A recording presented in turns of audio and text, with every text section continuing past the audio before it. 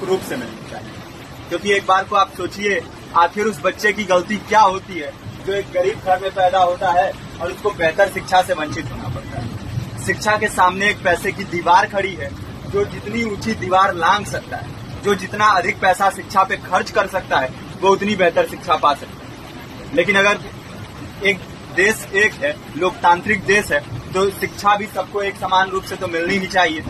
आज परिस्थिति ये है कि एक तरफ तो प्राइवेट स्कूल हैं जो लूट के अड्डे बने हुए हैं, वहां पे आप एडमिशन कराने जाएंगे तो सिर्फ एडमिशन के नाम पे ही आपको 10,000 20,000 रुपए देना होगा। और कमीशन खोरी का ऐसा धंधा है कि कॉपी, किताब, टाई, बेल्ट, ड्रेस, जूता कहाँ से खरीदना है ये आप नहीं तय करेंगे वो प्राइवेट स्कूल वाले। यानी आम लोगों की मेहनत की आखिरी कौड़ी उनके जेब से वसूल लेना चाहते हैं। और दूसरी तरफ सरकारी स्कूलों में न तो पर्याप्त टीचर है, न पर्याप्त बिल्डिंगें। 2019 का ही ये पुराना आंकड़ा है कि हर 100 में से 52 स्कूलों में या तो एक टीचर है या 2 टीचर हैं। और उन्हीं टीचरों के ऊपर जिम्मेदारी थोप दी जाती है कि जनगणना करो, मतगणना करो, पशु गणना करो, तमाम काम करवाए जाते हैं। और 19 के बाद से तब से कितने टीचर रिटायर हुए होंगे और 18 के बाद से कोई टीचर की वैकेंसी भी नहीं है। आप खुद भी सोच सकते हैं ये परिस्थिति और कितनी बिगड़ी है। इसीलिए हम लोग ये मांग उठा रहे हैं, चाहे कोई राष्ट्रपति का बच्चा हो या किसी मजदूर का, सबको शिक्षा एक समान मिलनी चाहिए और निःशुल्क रूप से मिलनी चाहिए। प्रेमचंद ने अपने दौर में भी कहा था कि एक सभ्य समाज में ऊंची से ऊंची तालीम मुफ्त होनी चाहिए और इसका पूरा खर्च गवर्नमेंट को उठाना चाहिए, क्योंकि हमारे देश को फौज से ज्यादा आवश्यकता तालीम की है। और शिक्षा से जुड़ता हुआ ही दूसरा मुद्दा हम लोग उठा रहे हैं। दूसरा मुद्दा है रोजगार का। रोजगार की परिस्थिति ये है कि आज सरकारी सेक्टर हो या प्राइवेट, सब कुछ ठेका संविदा के हवाले किया जा रहा है। परमानेंट नौकरियां लगातार घटाई जा रही है।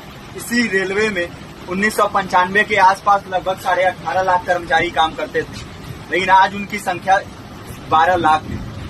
आप खुद भी सोच सकते हैं कितने बड़े पैमाने पे परमानेंट पदों को घटाया जा रहा है। और आज आलम ये है, एक तरफ लाखों पद खाली पड़े हैं, फिर भी कोई वैकेंसी नहीं निकलती। जो वैकेंसियां निकलती हैं उनमें भ्रष्टाचार होता है, पेपर लीक हो जाते हैं।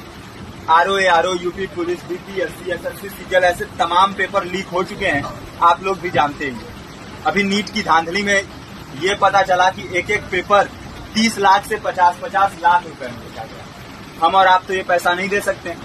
पूरी की पूरी कारस्तानी सरकार, प्रशासन, शिक्षा माफियाओं की होती है। और भुगतता कौन है? आम घरों के लोग, जो लोग सालों साल तैयारी करते हैं, दिन भर में 10-10 घंटे, 12-12 घंटे पढ़ते हैं। और इतनी कड़ी मेहनत के बाद, सालों साल की मेहनत के बाद उनके हाथ लगती है तो सिर्फ हताशा, निराशा, अवसाद।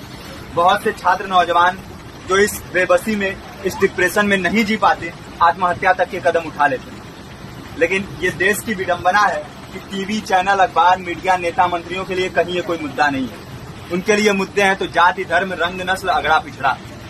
आज जब पूरी परिस्थिति इतनी भयावह है तो ये जरूरी है कि लोगों के बीच में जाया जाए, लोगों को संगठित किया जाए और एकजुट किया जाए। क्योंकि आज अगर अपने मुद्दों पर बोलेंगे नहीं तो कल को ये परिस्थिति और बिगड़ेगी।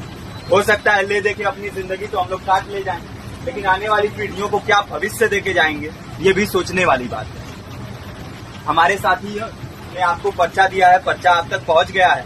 पर्चे में और भी बातें हैं, इसको पूरा विस्तार से पढ़िए। पर्चे में हमारा नंबर है, संपर्क कीजिए। फेसबुक का, इंस्टाग्राम का लिंक है, आप वहाँ पे जाएंगे तो आपको पता भी चलते रहेगा कि लगातार किन किन माध्यमों से हम इस अभियान को चला रहे हैं।